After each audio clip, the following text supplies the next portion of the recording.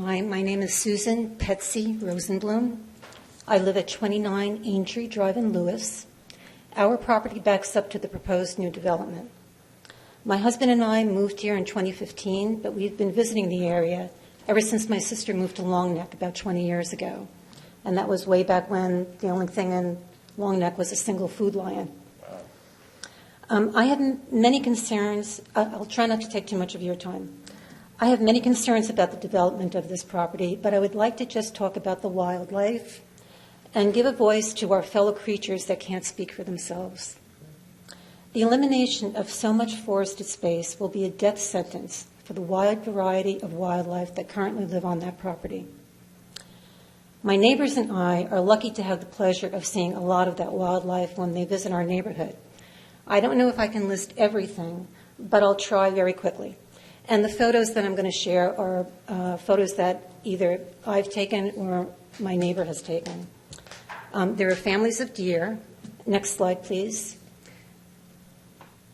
There are a multitude of birds year-round, as well as many species that migrate through the wooded area for food and protection.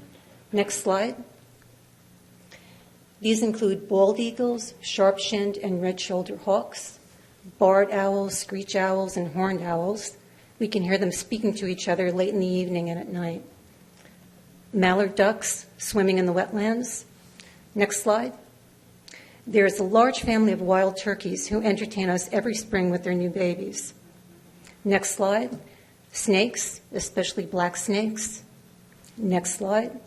There are salamanders and skinks, toads and frogs, including tree frogs with their loud singing at the start of spring. Next slide.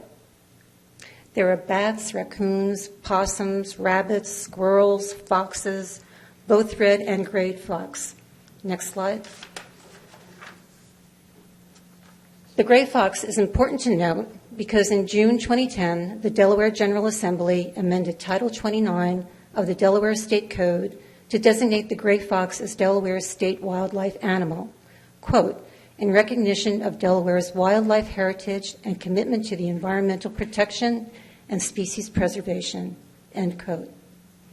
The code goes on to describe the gray fox as a unique and primitive species believed to be between 7 and 10 million years old, which is indigenous to Delaware. Next slide. And we have turtles. They migrate across our yards every spring and fall. We have to watch out for them on the roads in the neighborhood and sometimes move them to the other side. In fact, the box turtle is classified by scientists as quote-unquote vulnerable species because so many die crossing the road, as well as due to habitat loss. Are these endangered species? Maybe not, but that doesn't mean that they don't add to the beauty, health, and life of the area. Replacing a large forested area like this upsets the balance of nature and ecosystem that we need to survive in the long term. And as a result of this, it also diminishes our quality of life. In the comments made by the applicant in the paperless packet, on pages 92, 94, and 95 specifically, it is noted that 30% or 33 acres of woods will be preserved.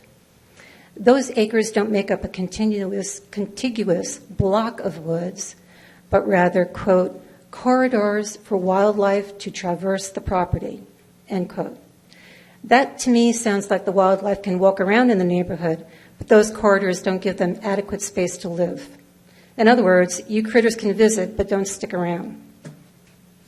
When looking at the area surrounding this piece of property, you can see that if the trees on the property are clear-cut and most of the natural area is paved over and developed, there will be no place for this wonderful, diverse wildlife to go. There are no other significant woods in the immediate area for them to migrate to. I don't believe they will survive. They'll perish on the roads, or stop reproducing, or die of starvation or disease. Based on what I've read in the current Sussex Comprehensive Plan, I don't believe that this is what Sussex County wants to happen. In the plan, the vision statement for future land use and the vision statement for conservation both seek to balance economic development while preserving land, natural resources, and the rural character of the county. The Coral Lakes development does not fit in with that plan, and I ask that you please deny this application. I should end there, but I just wanted to briefly add one more thing. This is on a personal note. I'm worried, like a lot of people in the neighborhood, I'm worried about the likelihood that our property will be subject to flooding if this development is built. Our property is adjacent to the Saralone wetlands that routinely overflows when it rains.